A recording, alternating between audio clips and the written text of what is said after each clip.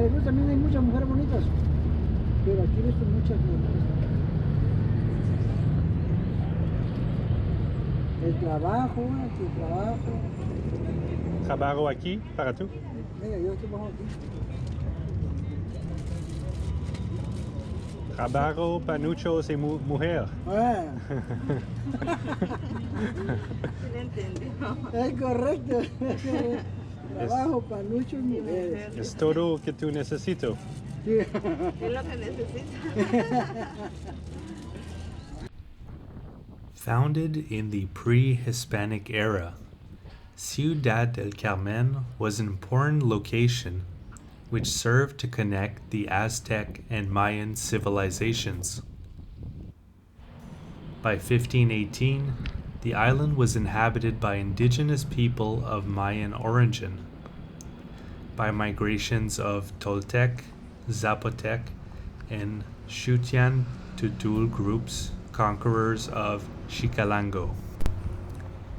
That same year, Spaniards conducted expeditions in the area, but did not colonize it.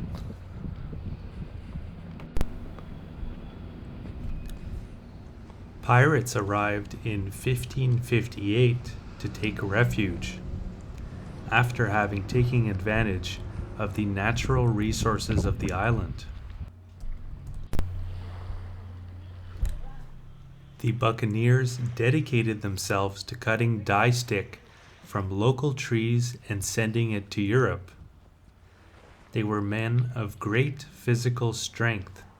Their work was carried out in extremely difficult conditions, since the temperatures they endured in the jungle or along the rivers and swamps exceeded 35 degrees.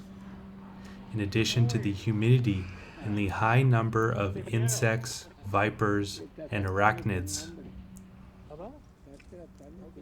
The problems of the Europe of America colony remained on the mainland, with a slow and difficult colonization. In 1663, Francisco Esquivel de la Rosa, governor and captain general of Yucatan, received news that Tris Island was held by pirates. 2 decades had to pass for something to be done about it. On August 14th, 1672, a decision was made and a first expedition to the island left the port of Veracruz, with the intention of throwing the pirates who had possessed it into the sea. However, in October 1673, the expedition returned with the news of not being able to evict them. In 1680, the mayor of San Francisco de Campeche, Felipe González de la Barrera, sponsored a second expedition to rid the area of the pirates. Buildings and dyewood were set on fire and pirates were expulsed, but only temporarily. The soldiers had only ransacked the town's center square. When the pirates returned, they found that their homes were left intact and the town had been deserted, and thus it was free for being reoccupied.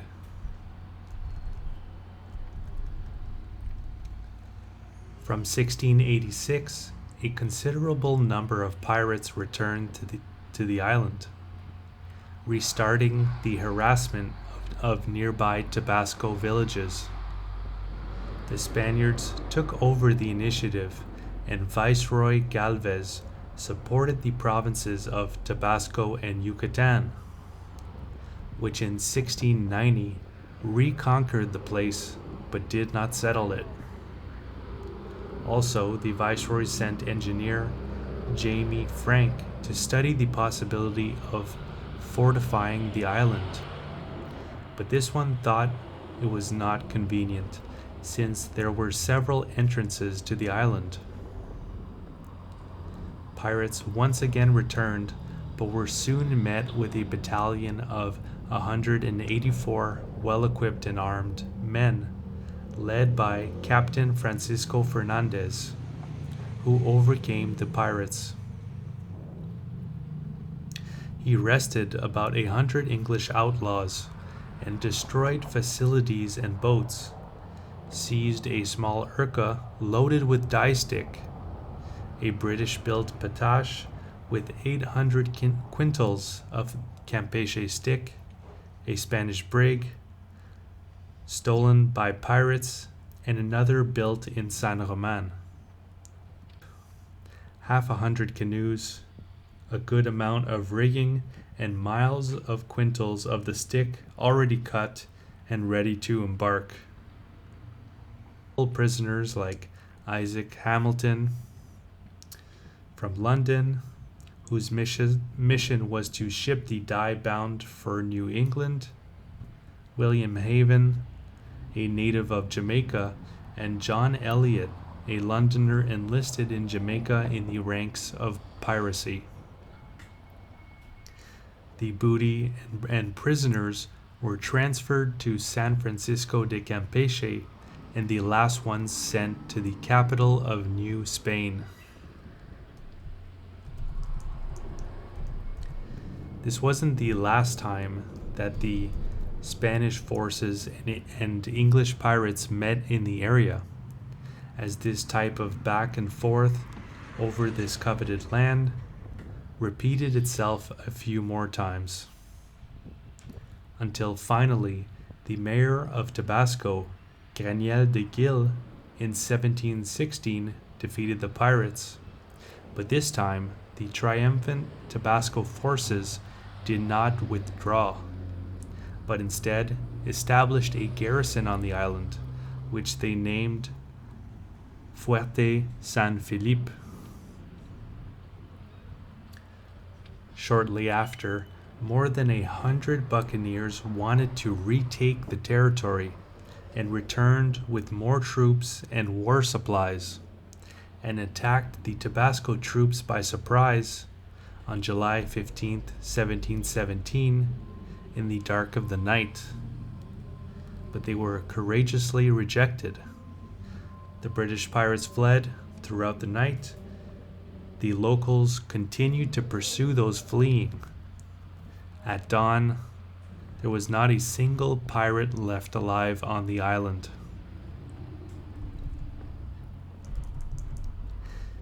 In 1862, French troops arrived in Ciudad del Carmen and retook the city as a form of payment for unpaid debts. Between the years of 1861 and 1870, 4,650,139 quintals of dye stick were shipped to Europe from Ciudad del Carmen. Every day, there were more than 25 ships of different nationalities at the city docks, with many others waiting their turn to dock. The dye stick extract plant was established by Belgian and French capital, and the first electric generator in the country was installed there in 1874.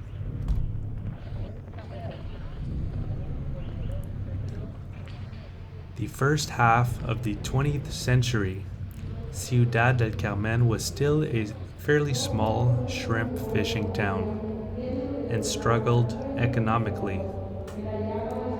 Between 1946 and 1947, the inhabitants of the Isla del Carmen were looking for a way out of their economic crisis. Options they considered were the construction of a grand hotel or of a buttons factory. Of all these projects, the only one that was consummated was the installation of a seafood packing center. While these possibilities were being discussed on the island, domestic and foreign shrimp companies increased their presence on the coast of Carmen, where the pink shrimp banks of the Gulf were located. Shrimp activity had an anarchic start, somewhat chaotic. However, it would mark Carmen's economy for the next 35 years. The discovery of oil by fisherman Rudecindo Cantarell in March of 1971 off the coast of Carmen meant a new stage in the life of the city and an element of great importance in the destiny of the country.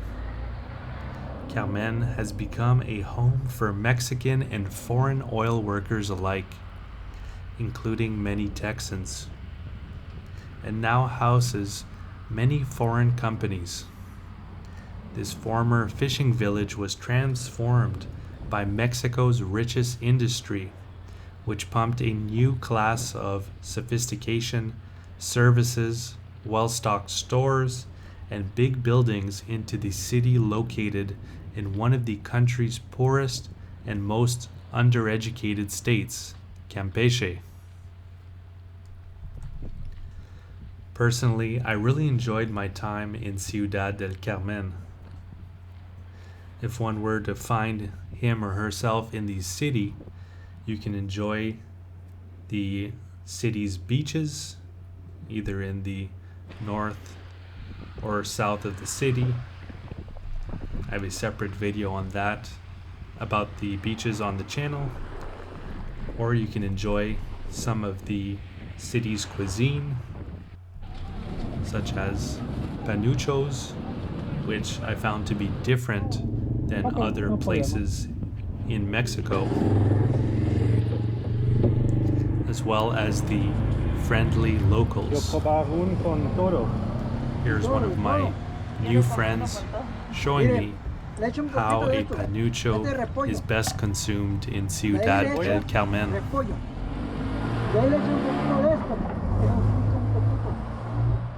Picante un poco. De ahí le echa usted tomatito, aguacate, y después el tomate. Ande. Sin agua, sin agua.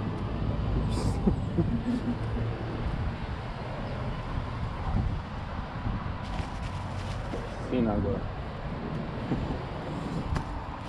No es cebolla. Eso es uno. Es diferente. Repollo. Es repollo. O sea, col. Aquí es cebolla. Cebolla con picante. Poco picante. No mucho. No mucho. Aguacate, ese no pica nada. Ah, bueno.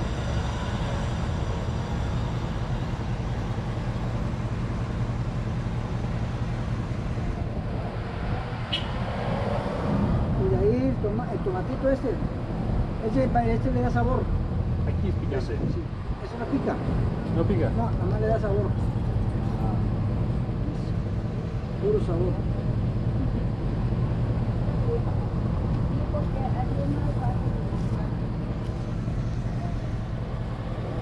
Bueno. So I hope you've enjoyed this tour in the history of Ciudad del Carmen, a interesting city to visit in southeastern Mexico. Not your typical touristic destination in Mexico, but it is a unique place that offers a authentic Mexican experience if you're looking for that. Previous to this video, I put out a video, like I mentioned, of the beaches of Ciudad del Carmen, as well as a video of its markets. So you can also check that out if you want. And on this channel, I have other videos of the state of Campeche, going to the city of Campeche, the capital, coming up next on the channel. And I'll be doing a lot of videos from there. Previous to being in Campeche, I also checked out a good number of places in Veracruz, and there's a playlist of all the places I checked out in eastern Mexico in 2021 in the description below the video, as well as a playlist to the first time I traveled through Mexico 3 years ago when I was bicycling through western and central Mexico. So there's also a playlist for that linked in the description. That was part of a larger trip bicycling through Latin America. I've also bicycled through Eastern Africa and Eastern Europe. And I have video playlists for all those countries that I got to bicycle through are also available on this same YouTube channel, Hum of the Earth. And if you would like to see an interactive map of everywhere that I went and everything that I got to see and do, I have that available over at my website, followthehumoftheearth.com.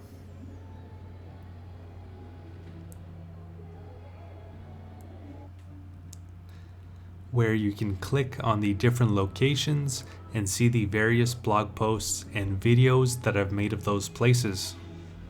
And if you'd like to follow my continuing adventures through Eastern Mexico and beyond, you can do so by clicking on the red subscribe button and clicking on the bell to be notified when new videos come out. So I hope you guys enjoyed. Have a good one.